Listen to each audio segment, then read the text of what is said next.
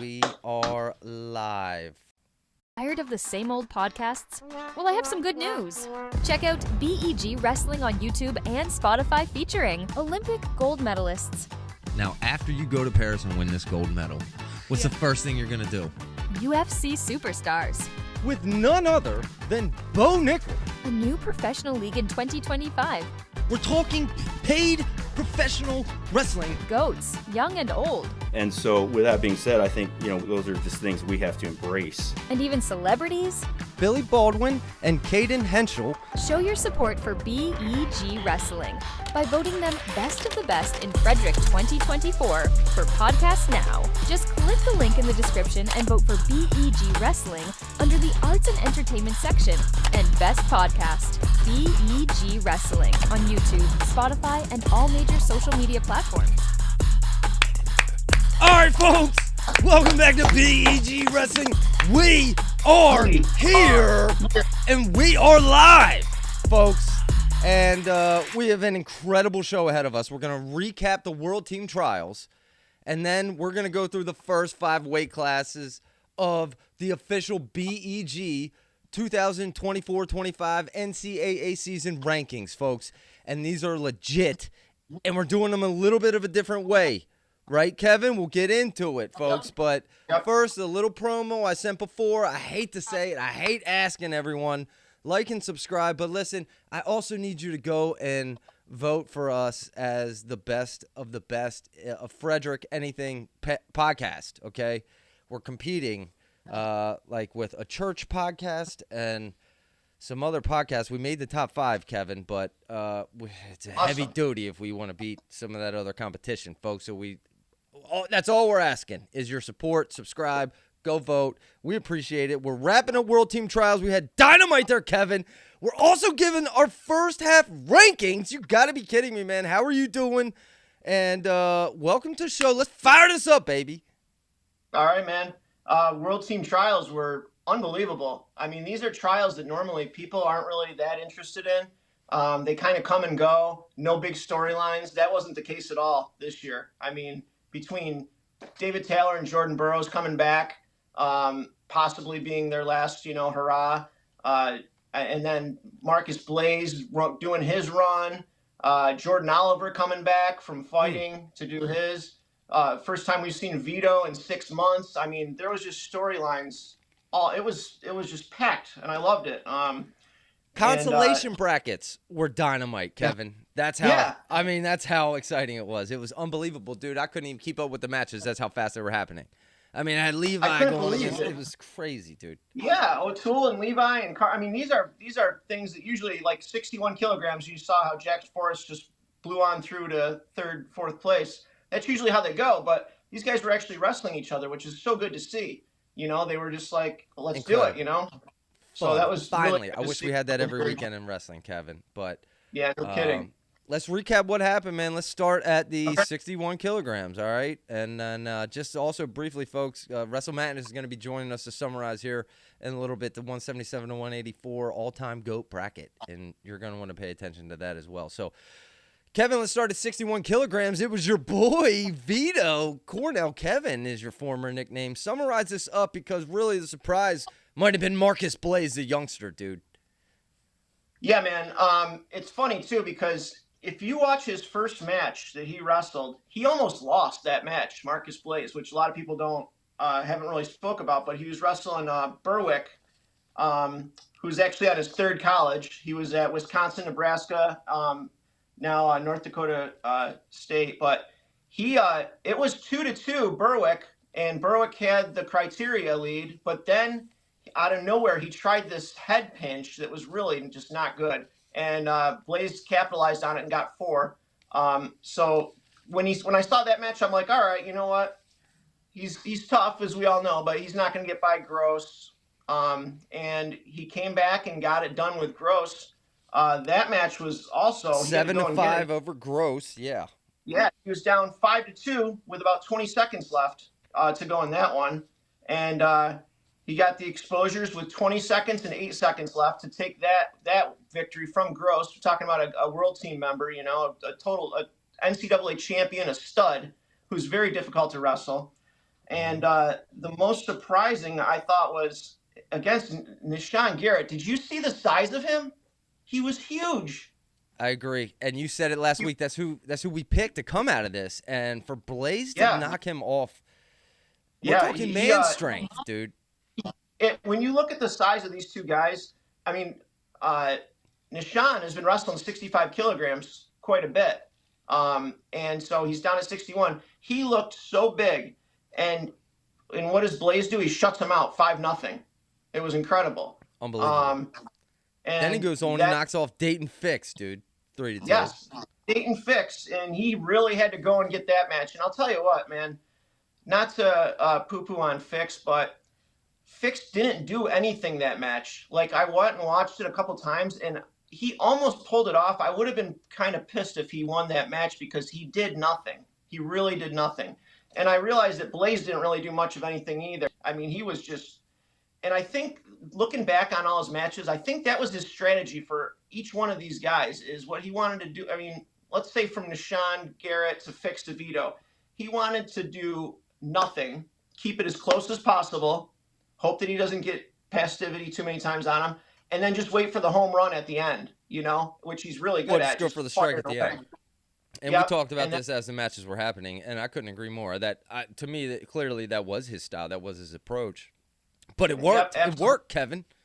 Yeah, it did. I mean, and we're going to have a rankings of these high schoolers coming up because, whoa, dude, we keep talking about Bo Bassett. We have not talked enough about Marcus Blaze, dude. Bo Bassett might be down quite a bit on the Bo Bassett might be struggling to be in the top 5 of the high school rankings. Yeah. Kevin, I'm not even joking. We talked briefly. Crazy. I mean, I know he gets a lot of the attention, but it is nuts. But hey, listen, to wrap this up, ultimately went up against Vito, and Vito. And we didn't really know what we were going to see with Vito because remember, Vito hasn't wrestled a freestyle match in nearly a year. Last time he wrestled a freestyle match was his world championship. He hasn't wrestled a match of any type since NCAA finals. So I knew he was going to be rusty, and it's tough to put someone in there like that against a kid that's just came out of U20 Worlds. He had to do the trials. He did the Olympic trials. He's been doing all this. And so I expected Vito to look kind of stale.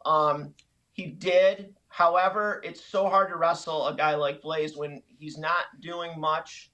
I will say that when Vito really won after it, Blaze really didn't have an answer for him. He kind of, when he got that step out, he pulled the leg up and got the step out.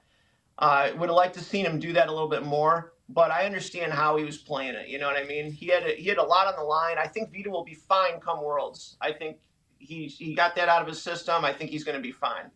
Not to put I'll say this down at all anyway, Hey, I'll say this real quick. I was a little concerned about Vito after the first match.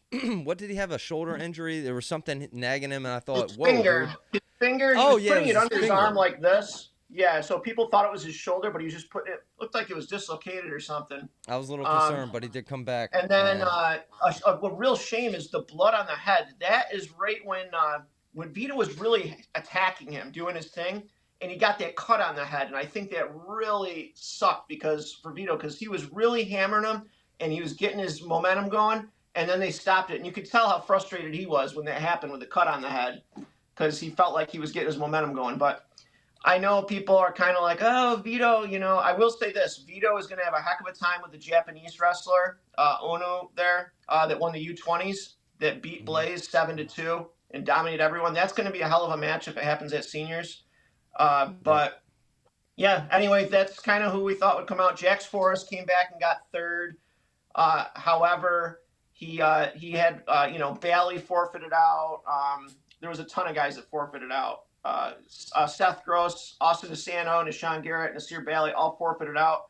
So maybe but my he did rankings are slightly wrong there, but he did tech Liam Cronin, and he also teched the guy that Blaze kind of struggled with first match, Berwick there. So Forrest is tough, So you got Forrest showed out. Jax Forrest showed out, dude, and Jax Forrest, one of the top 5 free agents. Maybe we'll get into it. Obviously, Jax Forrest in that top 5, but. So that's our 61, That's our 61. And we're feeling good about that. Let's move on to 70. Let's look at 70, folks, because it was none other than James Green. in his new hip. Making his return and Yeah. pretty much dominating, let me say that. But maybe the story of this weight class, Kevin, was P.J. Duke, another one of your boys. Yeah, man, Duke looked good. I didn't really like what I saw when he got frustrated against Pantaleo. I didn't like the headbutt. That's not who he is, man. He's a good kid. He doesn't.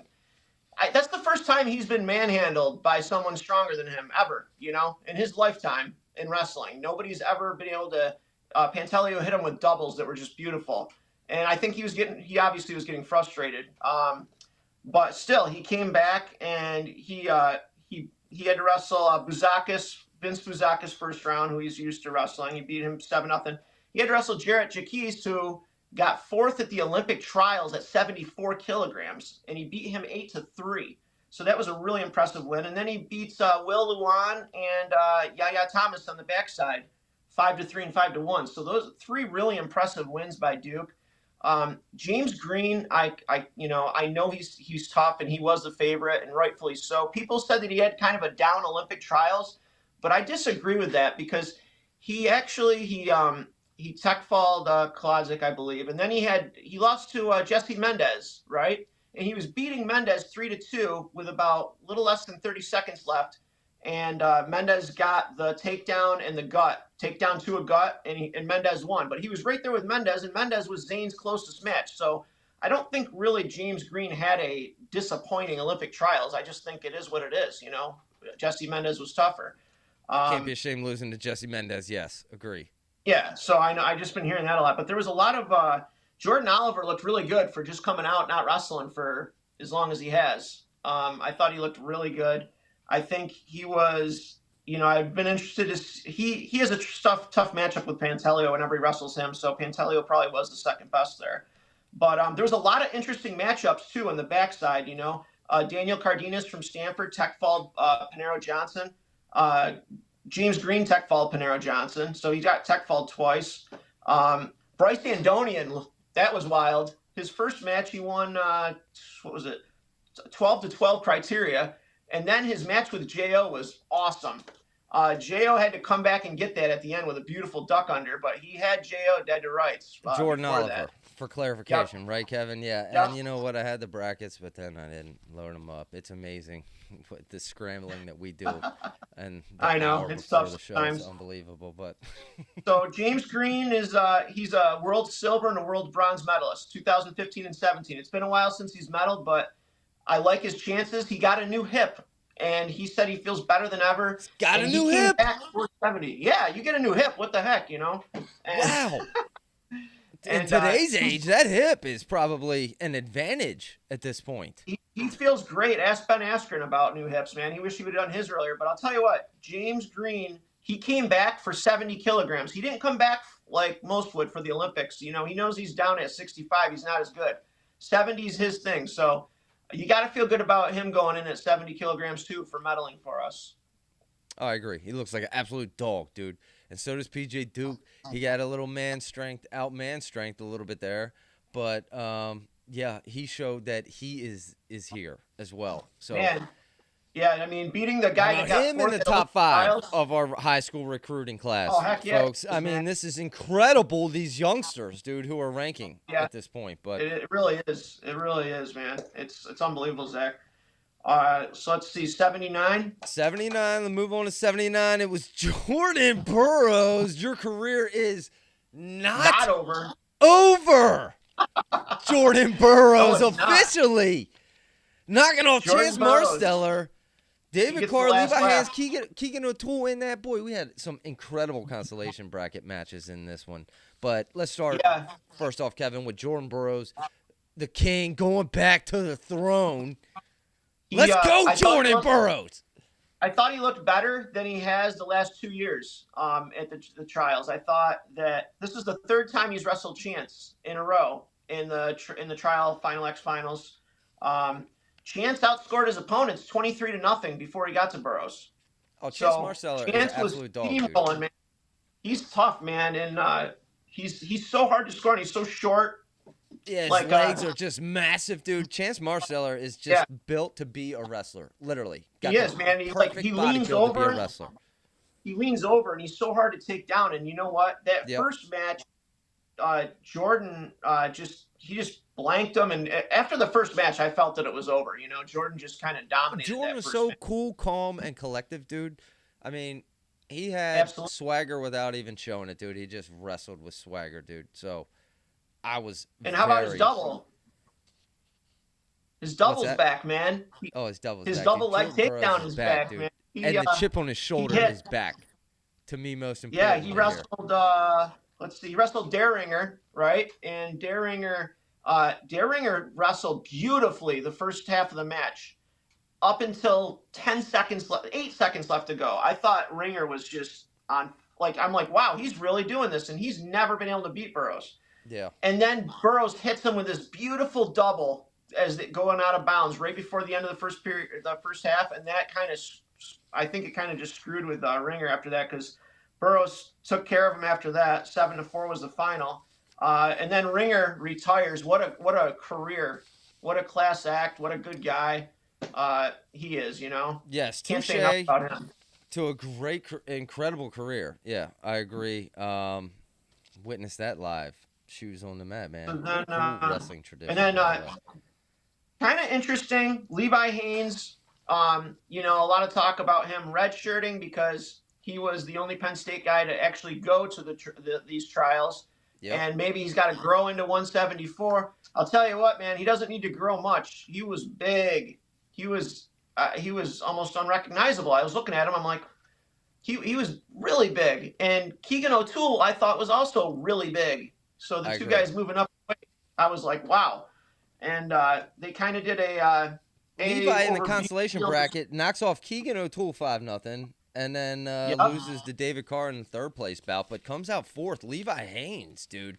Yeah, looking like a big dog now, dude. All of a sudden, oh my goodness. He does, but obviously he's redshirting this year now, right? Let's confirm that. I don't know, man. I don't know. I think that I'm just speculating, obviously, but looking at this, you got to wonder. He doesn't want a red shirt, and the word is that he does not want a red shirt, right? So if you're Penn State and you're seeing this, because now you know that Facundo is certified at 57, right?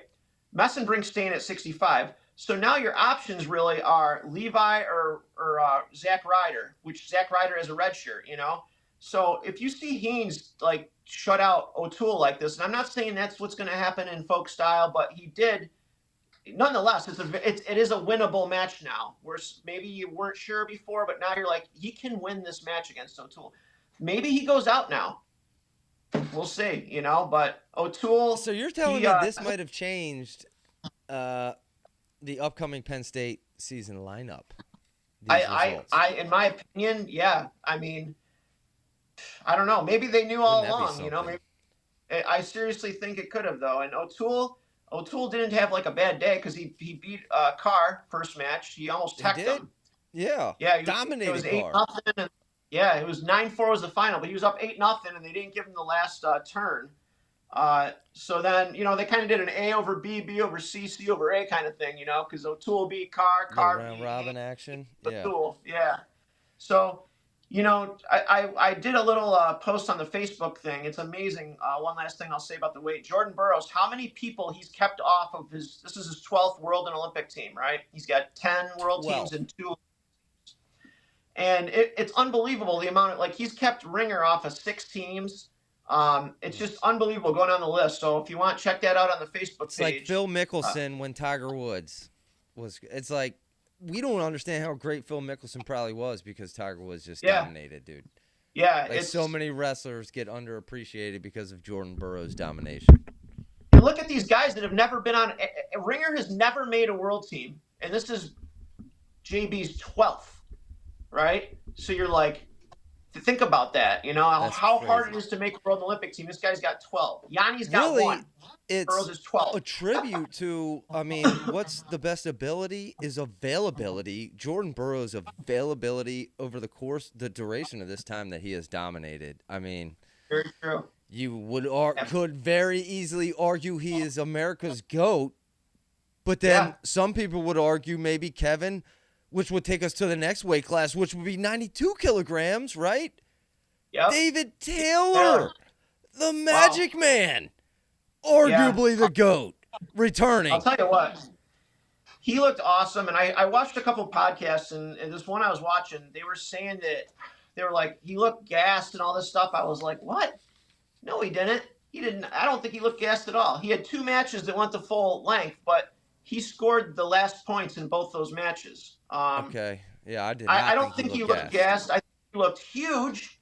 We were wondering how the bump up to 92 would look, and he's still massive at 92 kilograms. I was surprised to see his back is just like, he's just a big dude, man.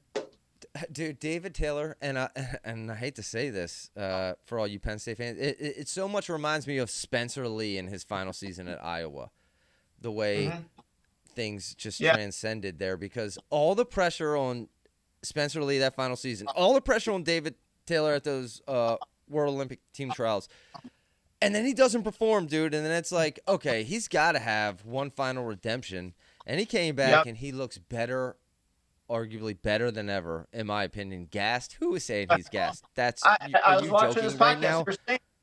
That all the guys were saying. I was like, come on, man, he was not gassed. You gassed? Know what? Get out of here. He's practicing every day. He's wrestling every day. Thing. I'll say one final thing, Kevin, real quick, and then I'll throw it back to you to wrap this up. But what a huge risk for David Taylor. But it paid off, because if he did not win these, dude, that would have been detrimental to Oklahoma State recruiting. Detrimental. And there's no 2 ways of arguing that, dude. That would just not have been good for him, period. Yeah. Huge risk. He goes out. He dominates. He dominates Zahid, quite frankly. Just dominated Zahid.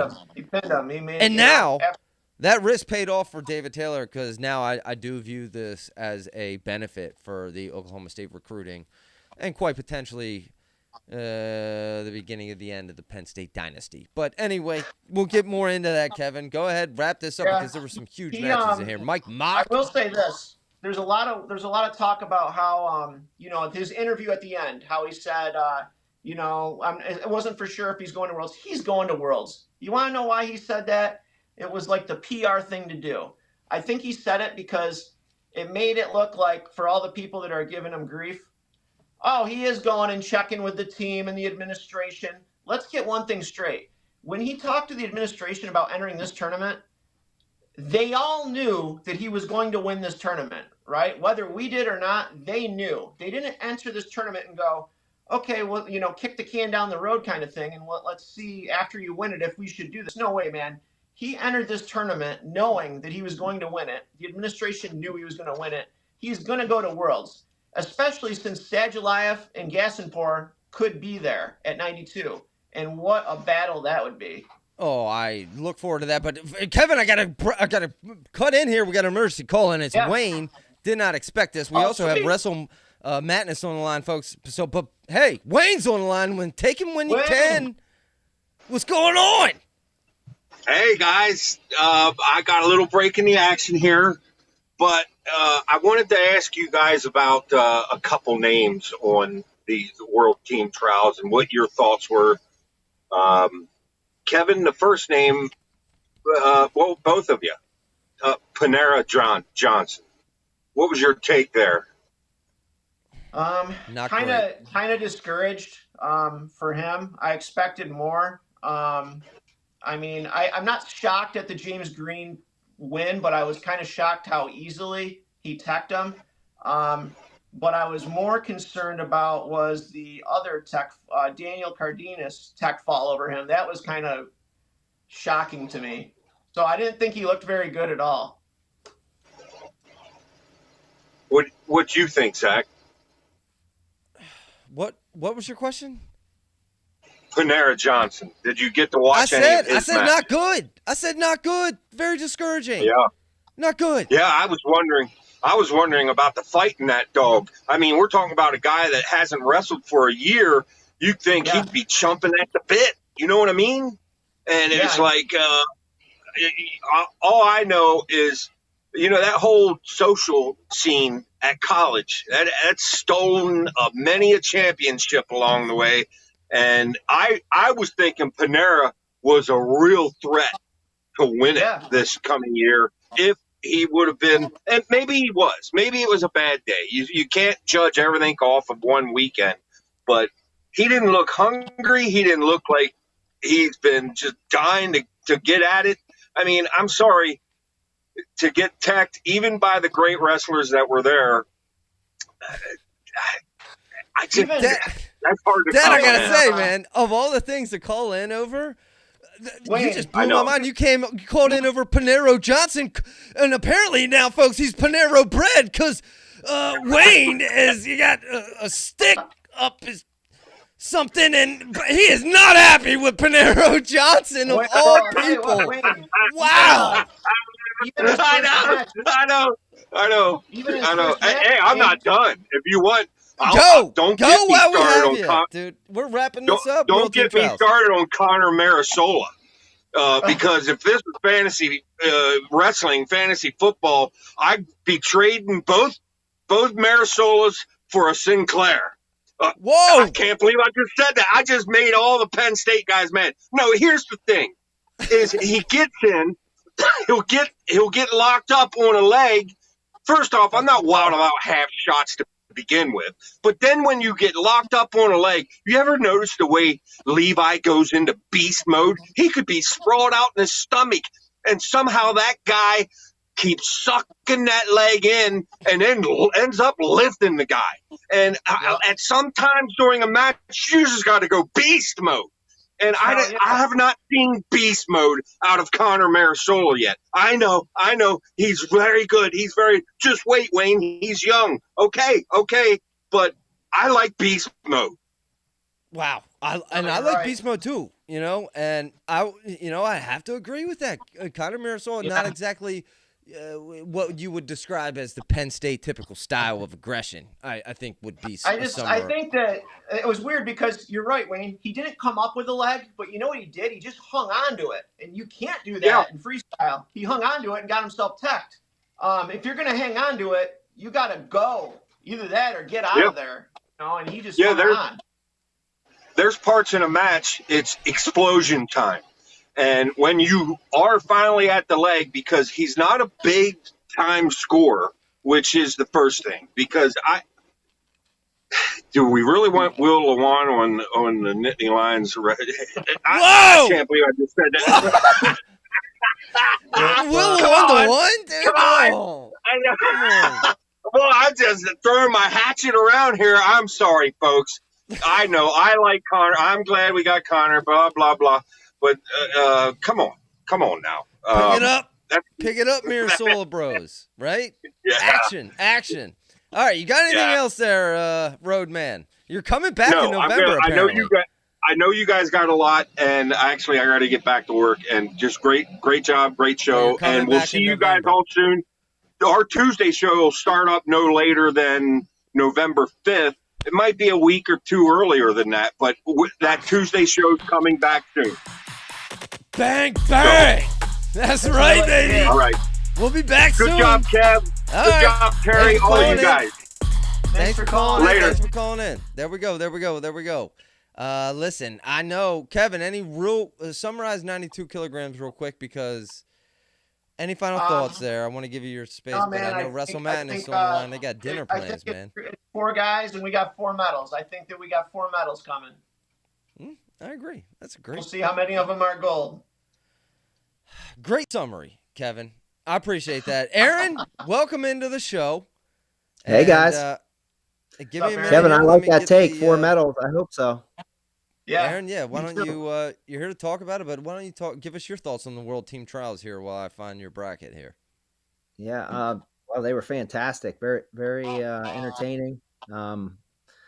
I played our bracket competition. I didn't do so well. I was thinking David Taylor was done myself. I thought Burroughs was going to get beat by Derringer, and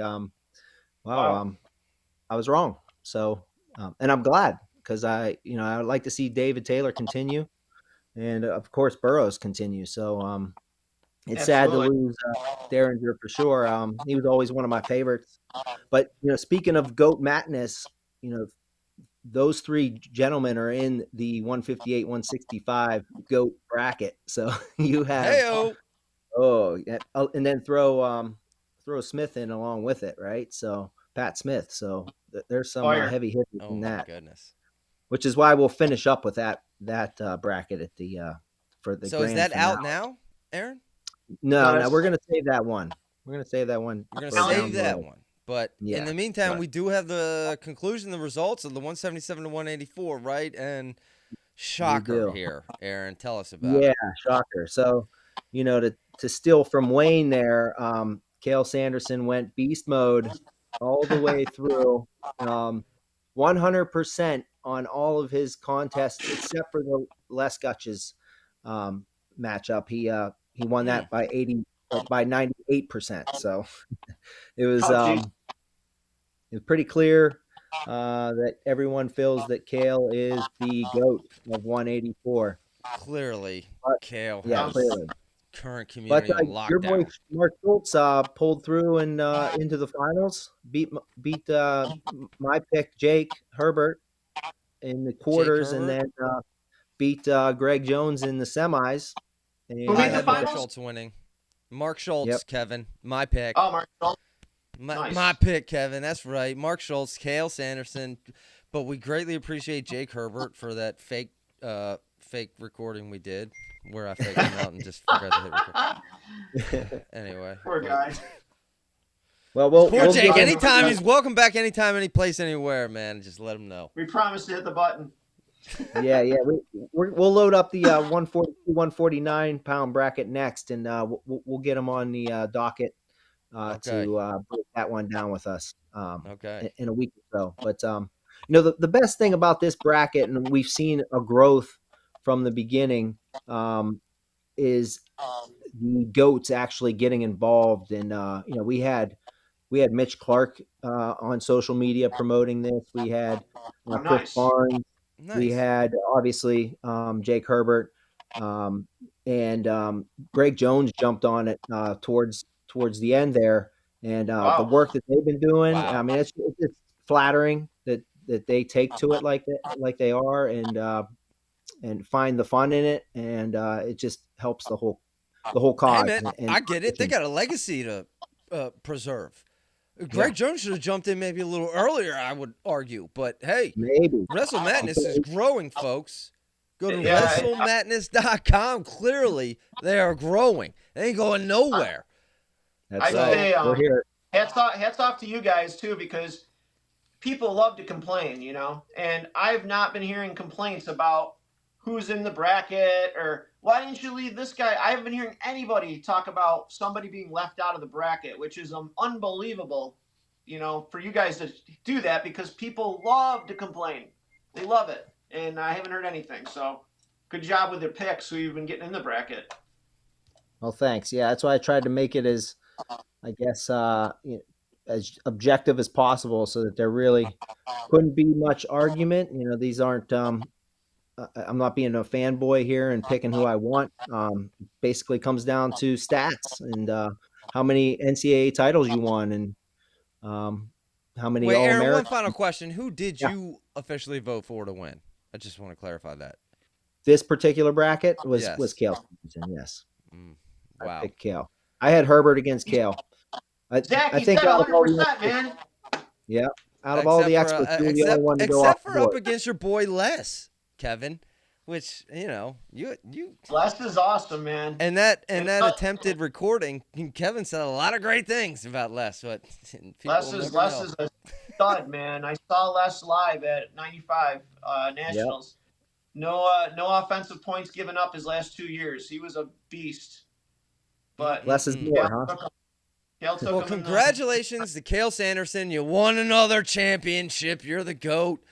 Yeah. But it might not be for long because, Aaron, we're getting ready to go into our preseason BEG rankings. And I want to give you a chance to enter final thoughts, folks. WrestleMatness.com.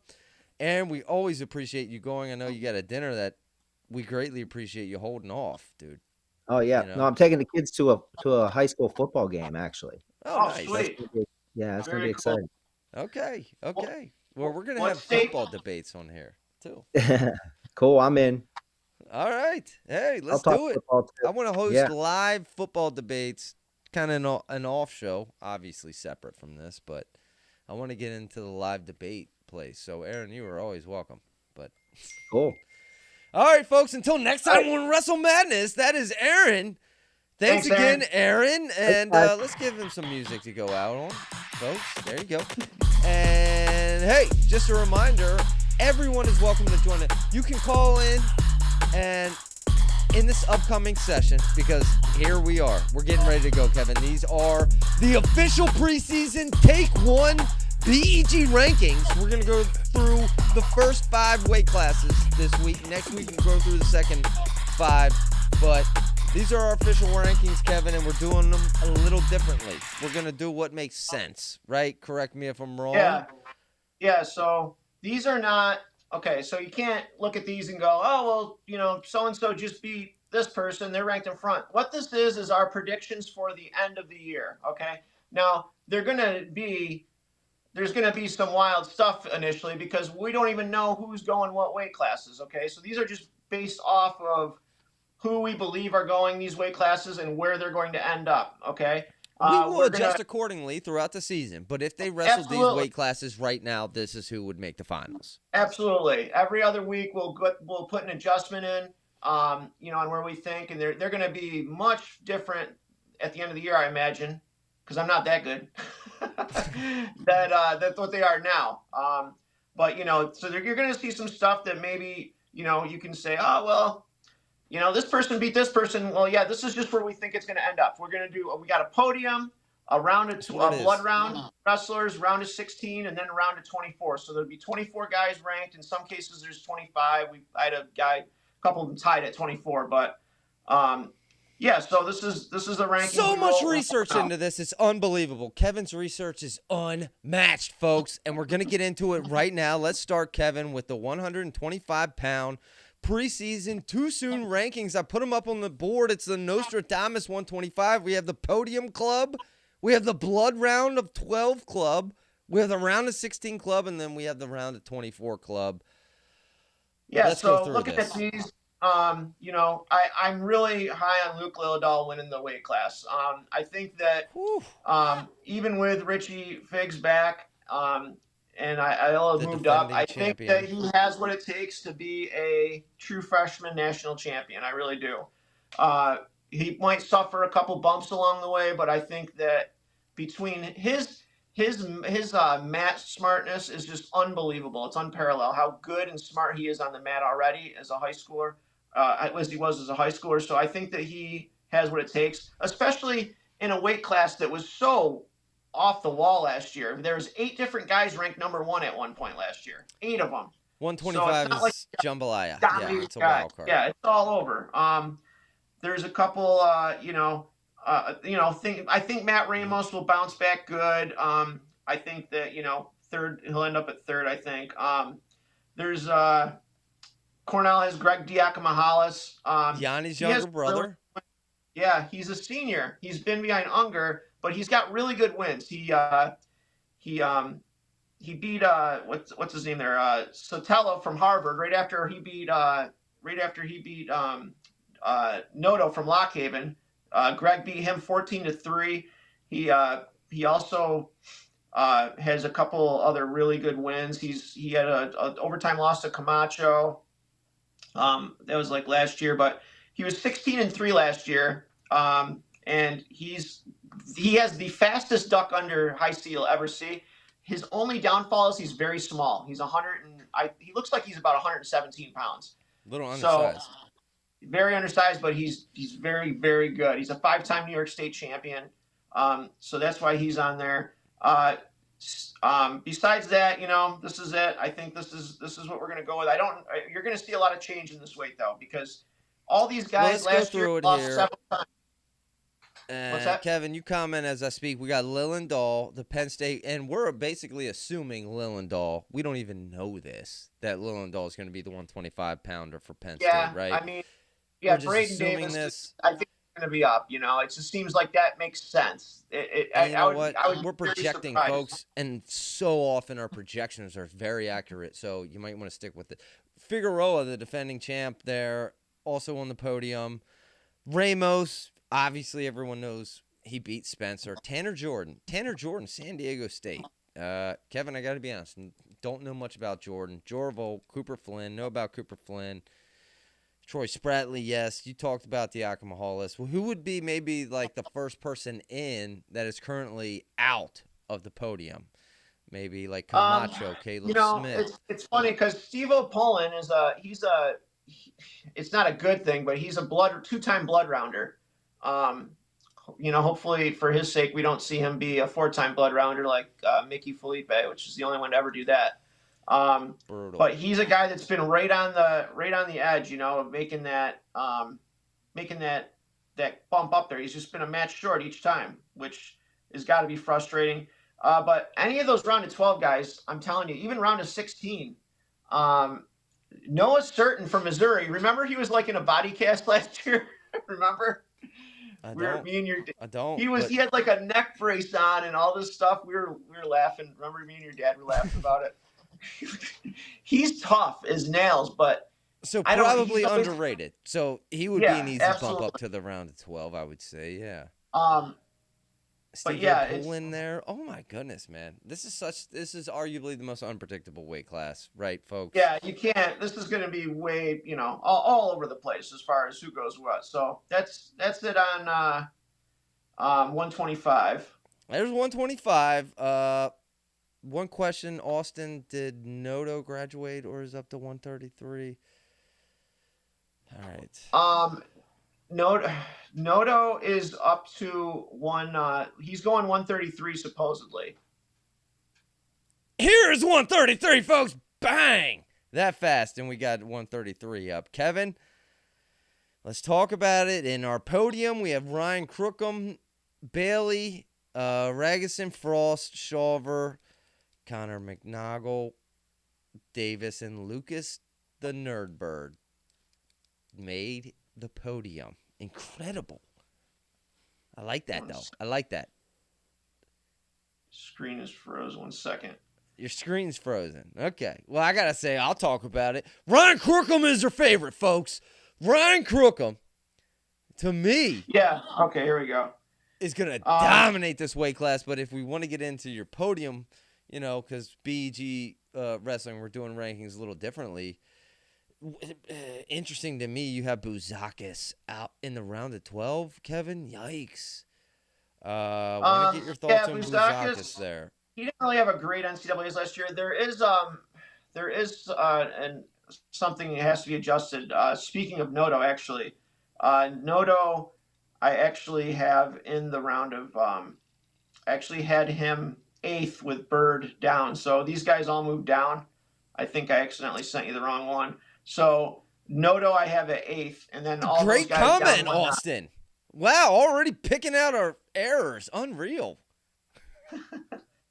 He's actually Noto's a guy local to me too. He lives right down the road from me. He's from Honeyway Falls, Lima. Let's get him on BEG for an interview. Yeah, we should. He's got a lot of younger brothers too, a ton of them that are going to be coming up. But some guys some people are probably looking at this one guy and going, why is that? And that would be Phipps from Bucknell. Phipps actually is he's really tough. He's got a lot of Bucknell making your blood round of 12. He let me see here. Pull him up here. 1 second. Okay. So Phipps last year at the NCAAs, he lost to Nasir Bali in overtime. 3-0. It was 0-0 going into overtime.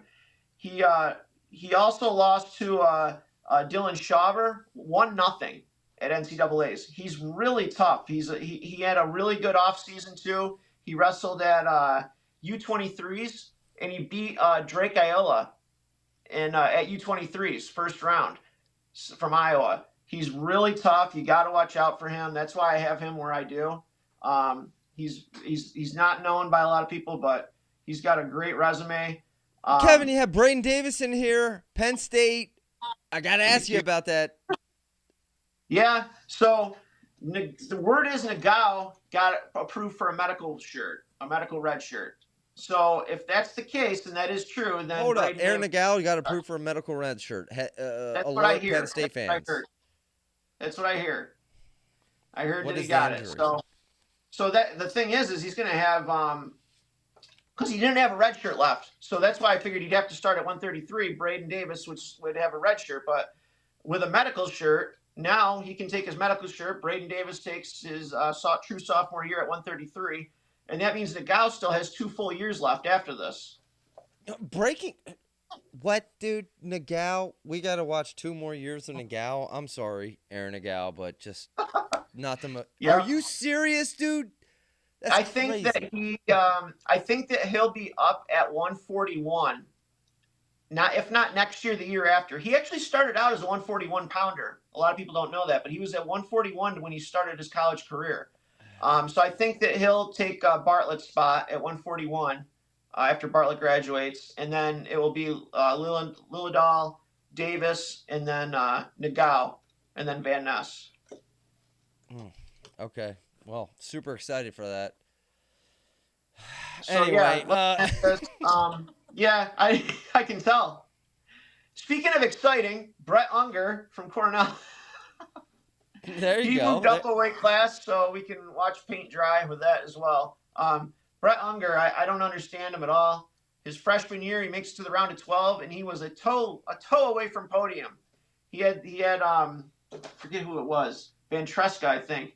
He hip tossed him, and he was getting back points, and his toe slid out of bounds while he was getting back points in the last seconds. That's how close he was to making the podium.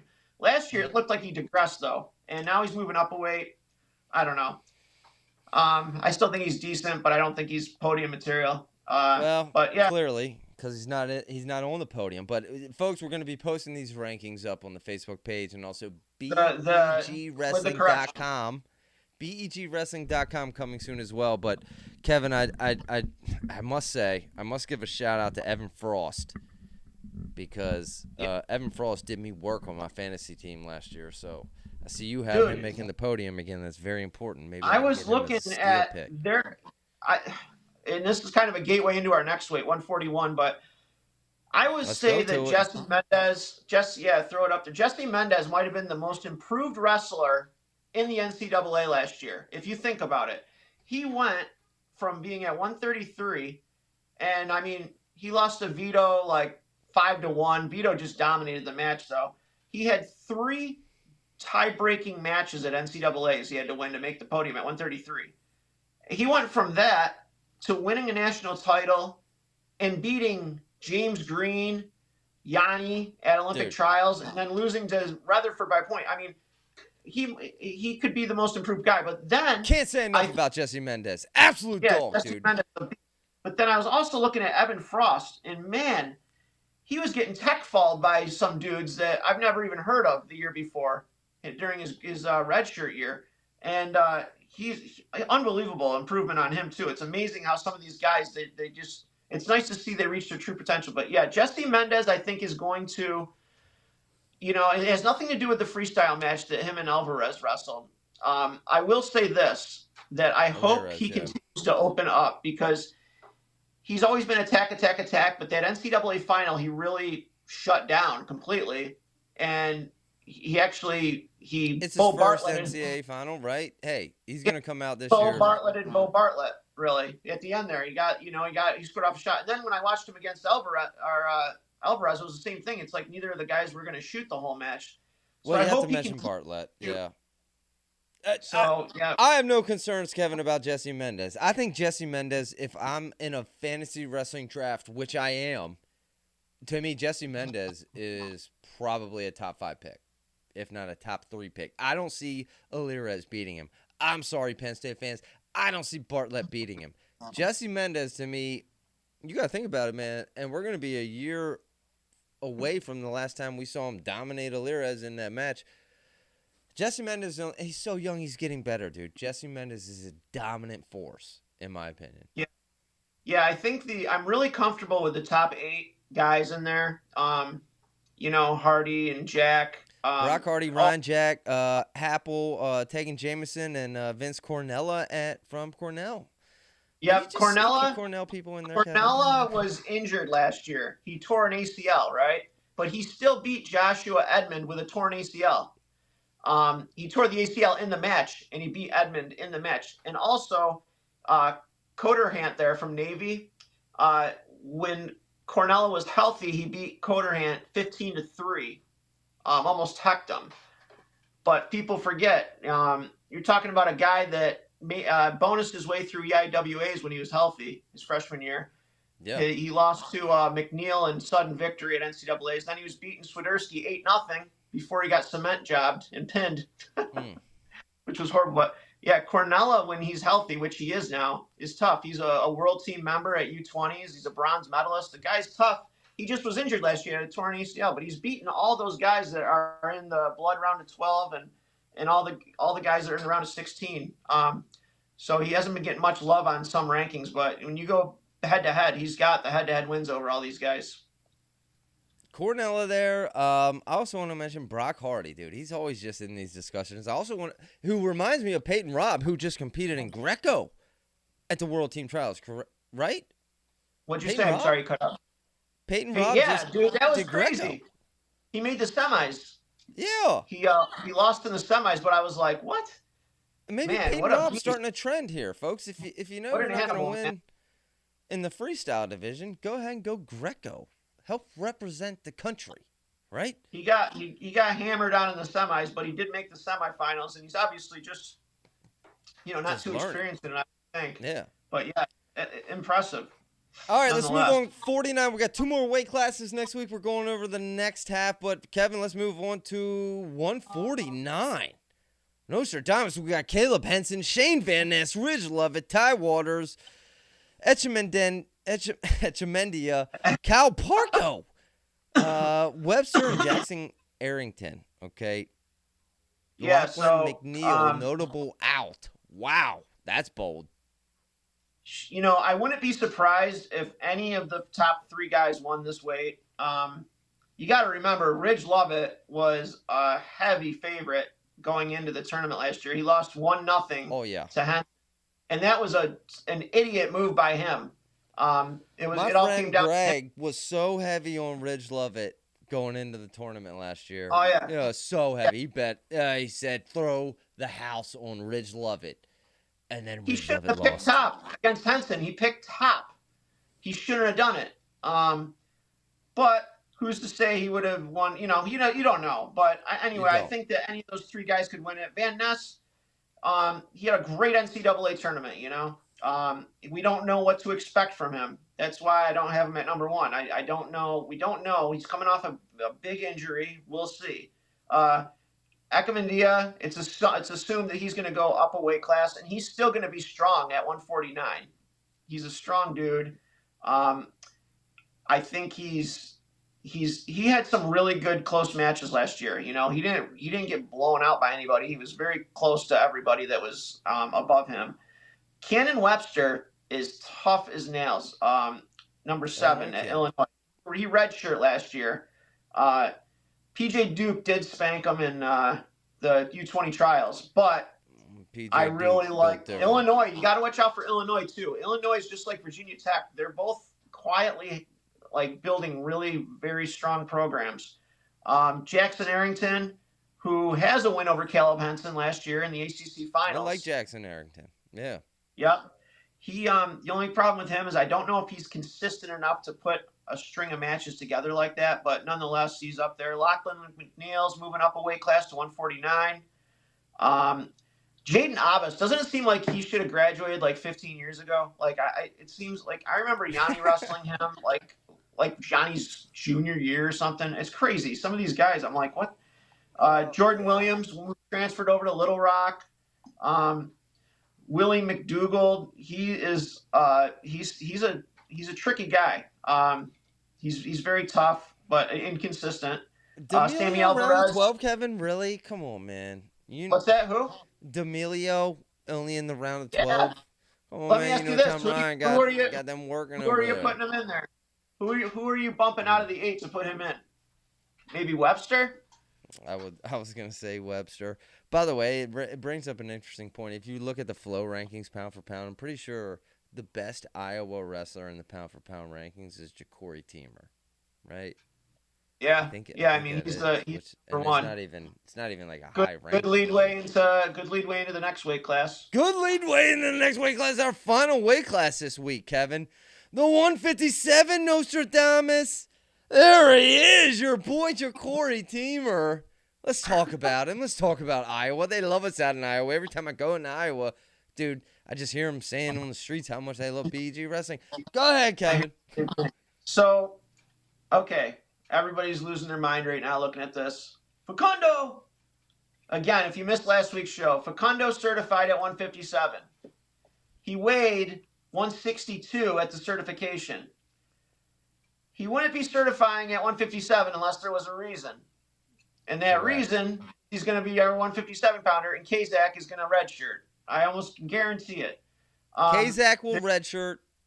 Yep. Facundo goes 57. Facundo is here. 65.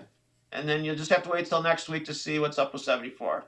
But there has been some rumbling about Cardenas possibly redshirting. However, that's kind of quieted down a little bit, so I still have him in the rankings. Antrell Taylor has gone down from 165, and he had a very good NCAA tournament last year. He's very tough. He's down. Peyton Keller, I gave him a lot of slack last year, but then he came out and just tore it up at NCAA's, pinned Andonian, got on the podium. Panero Johnson, I'm tempted to. Panero Johnson is in hot water with Wayne right now. Wayne called him just out rightfully of so, man. Panero Brett Johnson anger. But even his first match at the trials was against Jacob Berglund, I think, and it was 11-11 criteria win. So he didn't. I don't know. Guys like that, I feel like you don't want to give them a year off. Now, he didn't have a choice, right? But guys like that, and by that I mean guys that I don't know how focused he necessarily is. He seems like kind of a loose cannon when it comes to that. But I think a year off did not help him any. Let's put it that way. I think that he still could be not the way he looked last weekend. Yeah, if you had to move him out, Kevin, who's the first one in that blood round of 12 that you would move in? It would probably be the number 9 guy, Downey. The Big 12 champion. He had a win over who I think will be redshirting next year for Iowa State with Panero going in there. Chittum. Downey is really tough. He's a scrapper. Under there, Askey beat Chittum too, but then I keep thinking of Shapiro teched him twice last year. Askey, when you get teched, to me, it's just I don't know if he's podium material yet. He does have some good wins though, and he is around a 12 guy from last year. But going down, you got Chase Adelte that he transferred over to Michigan. Isaac Wilcox is tough. Maybe I see Joey Blaze down there. Is that a potential wild card? Ryan Marcus's side. Blaze is really tough, man. Blaze and Legend Lamar, I believe, is a 1 or a 2-time blood rounder. This weight is really deep, man. Remember last year it was the most exciting weight to me as far as being deep was 157 last year. You had guys like for instance Vincent Zerbin. He was like undefeated before Big 12s, and it's kind of a funny story. I was talking to his dad on Facebook Messenger, because I kind of was giving him some slack how he didn't have any wins, and his dad was like, well, and it turned and so respectful, times like that you feel like I felt like kind of an ass, but I stuck to my stuff. We had a really good conversation and messaged each other quite a bit actually afterwards. Real good guy. Currently in round of 24. I'll tell you what though, Joey man. Blaze. Yeah, Joey Blaze, you are right though in saying that he is a guy that he had some really good wins last year, some really good if you can say it, good close losses, if there is such a thing. So he is a guy that could definitely make some noise. Let's see. He lost to Franek in tiebreaker at NCAA's last year. And he lost to Franek 5-2 at Big Tens. But he actually had a win. He had a win over Peyton Robb last year, if you remember, early in the season. So Blaze is definitely tough. So yeah, looking at this weight, you know what? Blaze bros, Meyer and Teamer have never wrestled each other. They could wrestle at this year's CKLV though, because both of them were there last year. And Meyer jokes around. He's like, he wants to wrestle Teamer real bad, but he's like, every time it comes to it, he goes, I screw it up. Because at CKLV last year, he lost to Cardenas in the quarters, and then Cardenas got smoked by Teamer in the semis. And then at NCAAs, he lost to Cardenas in the quarters, and Cardenas got smoked by Teamer in the semis. I think it's a matchup thing, though. Like, Teamer's beaten Cardenas, I think, 5 out of 6 times, or maybe 5 out of 5. Kevin, I'm making a bold prediction here. 157. This is Shapiro's weight, Shapiro's year. Okay? How quickly we forgot. Yeah. Last year at this time, we were literally talking about Shapiro challenging Kale's undefeated all-time record. Okay, and then he gets a concussion early on, dude, and knocks him completely off his game. Okay? I believe now he has had time to regroup, and we're going to see the Meyer Shapiro. I'm taking Shapiro, which is very unfortunate for my Iowa conglomerate because, Ja'Cory Teamer, we paid a heavy price for him, right? Well, here's the thing, man, is Meyer Shapiro, people forget. I hear it all the time. Oh, he's got gas tank issues. No, man, he doesn't have gas tank issues. Watch his U20 World Finals, man. He wrestled the same guy that he got concussion issues. He don't have gas tank issues. No, man, if you look at it, he went 30-3 last year, right? He won 20 matches in a row at one point. And at NCAAs, he scored the 10th most team points out of anybody. Even though he got third, he scored more team points than Strachey scored. That's had impressive. Bonus after bonus. It was really impressive. He beat Cardenas for third 10-4. And that was where 2 of his losses were. He majored Franek. He's got a ton of good wins. He had the toughest schedule of any 157-pounder last year too. People forget that he is that good. He beat Ed Scott. He beat everyone he faced except for Cardenas. He lost to twice, and he had that. Oh, I was on the Shapiro train last year, dude, until the concussion, and then I had to jump off. But yeah, I'm back on the Shapiro train.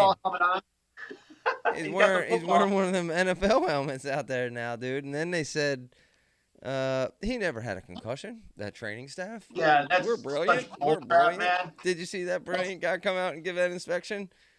Hey, Meyer, are you okay? Oh, he's good. He's good. Send him back out there. Yeah, though, he beat Bryce Andonian 3 times last year, which I made a video you got to see with it's Shapiro and Andonian going at it in their 3 matches, and it's awesome. It's like the whistle blows, and these two just sprint at each other. And they're just going it's like the complete opposite of Marcus Blaze and Dayton Fix match. It's like just nonstop action. Hey, I hope we get the best Meyer Shapiro this year. I'll say that. But me too, man. Me too. He's got the talent to do it. I hope he does. We'll see. Kevin, final thoughts on this 157. The rest of them, folks, we'll bring to you next week. I literally have them. I would just say that this will be just like last year. Will be the best round of 16 and the best quarterfinals in the NCAA tournament next year. Will be 157 again. This is where your fireworks are at, folks. 157, that's it. We're going to be posting them up. We're going to be starting the webpage, website, everything. Folks, the season is literally right around the corner. Marty, I saw Marty comment. We haven't heard from Marty. I did touch base with Marty. He's been attempting to get a hold of Bourmet. Marty, you're more than welcome to call in, but it's been a long show already, Kevin. Holy crap, late start, dude. Can we, yeah. Let's take a little break and talk about the fact that how is it every single week, dude, that we wait until 30 minutes before the episode to get everything going? And then I'm filming a wedding tomorrow, dude, and I'm playing with my camera settings, dude.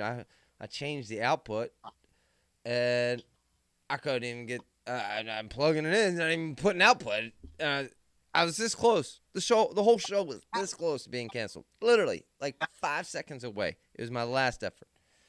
It wasn't just you, man. I couldn't open the files for my rankings. I did, so I'm trying to get that open on the fly. It was a disaster. So I'm glad we were able to do the show. But yeah, I don't tell people that, dude. Folks, this was the smoothest show we had ever had, and this was the best show we've ever had.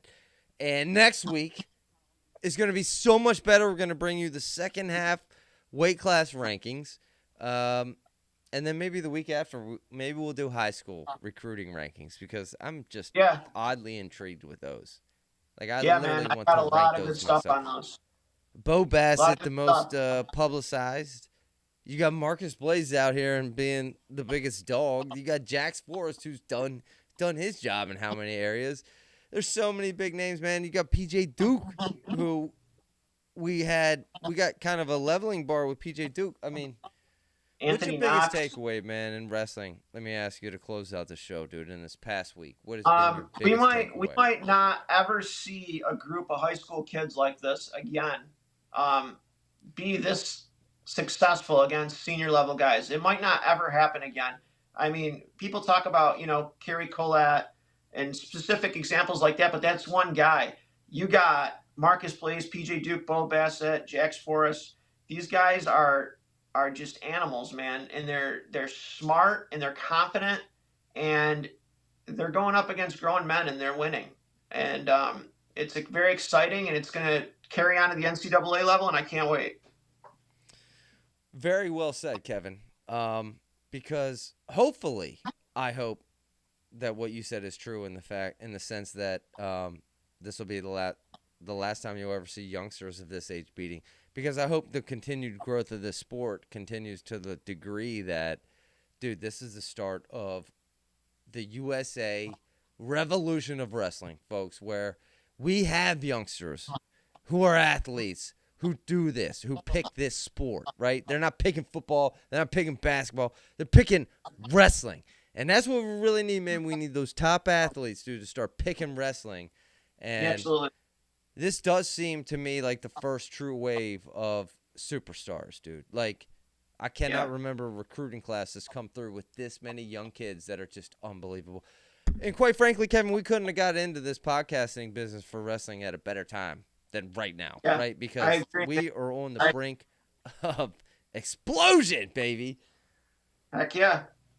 I don't know, man. I'm pumped, dude, but I'm also tired because it's been a long show, man. We went through a lot of work. I didn't even think this was happening.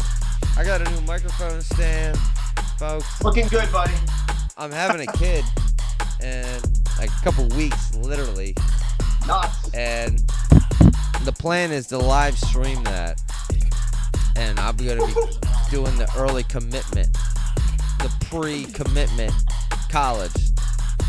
I have an Iowa singlet, I have a Penn State singlet, I have an Oklahoma State Instead of singlet. doing the blue and pink, you'll have like the Iowa singlet, the Penn State singlet. No, literally the first pictures of this kid out the womb are going to be in a singlet to his first commitment. So Tom Brands, keep it tight.